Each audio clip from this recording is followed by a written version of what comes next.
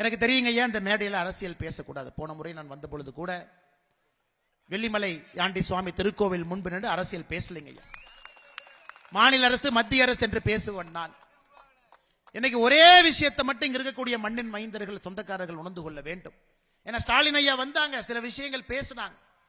ஆனால் ஸ்டாலின் ஐயாவுக்கு இந்த மேடையிலிருந்து நான் பதில் பேசாமல் சென்று விட்டால் நான் வகிக்கக்கூடிய பொறுப்புக்கு தவறு செய்கின்றேன் என்கின்ற அர்த்தம்.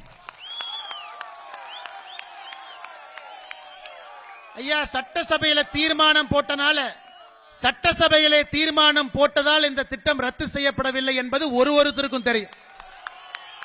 வார வாரம் சட்டசபையிலே தீர்மானம் போடுவது மட்டும்தான் இவங்க வேலை.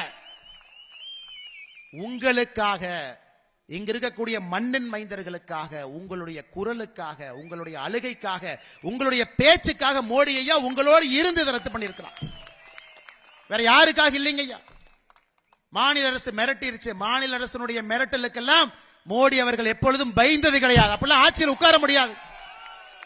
இது உக்ரைன் ரஷ்யாவுடைய கண்ணை விரல் விட்டு ஆட்டிக் கொண்டிருக்கக்கூடிய மோடி அவர்கள் இங்க இருக்கக்கூடிய மாநில அரசு பார்த்து பயப்படுற மனிதர் அவர்.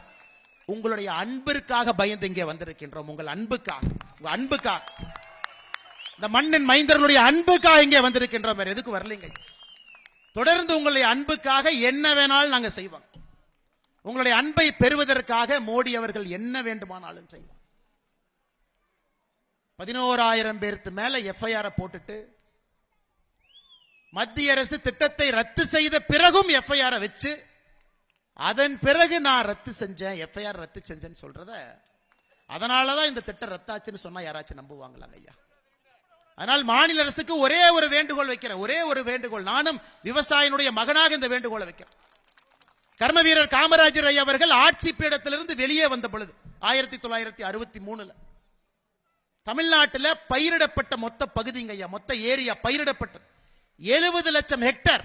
காமராஜர் ஐயா ஆட்சியிலிருந்து இறங்கும் பொழுது தமிழகத்திலே மேலூர், வெள்ளாளப்பட்டி, அரிட்டாப்பட்டி இந்த பகுதி எல்லாம் 70 லட்சம் ஹெக்டேர்ல விவசாயம் செய்யும் பூமியாக கொடுத்துட்டு போனாங்க. இன்னைக்கு வெறும் 46 லட்சம் ஹெக்டேர் தான் இருக்குதுங்க ஐயா. 24 லட்சம் ஹெக்டேர் காணாம போயிருச்சு. விவசாயம் செய்யக்கூடிய பகுதி 24 லட்சம் ஹெக்டேர்.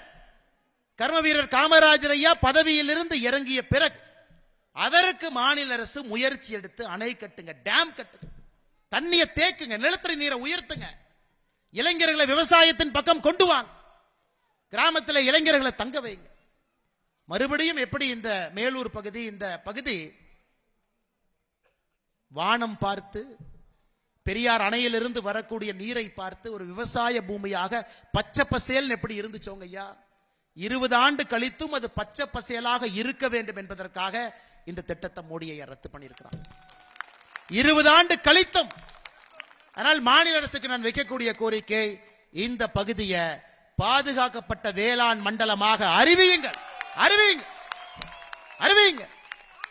பாதுகாக்கப்பட்ட வேளாண் மண்டலமாக அறிவிப்பதற்கான முழு உரிமையும் தகுதியும் மாநில அரசுக்கு மட்டும்தான் இருக்கு, மத்திய அரசு கையில் இல்லை.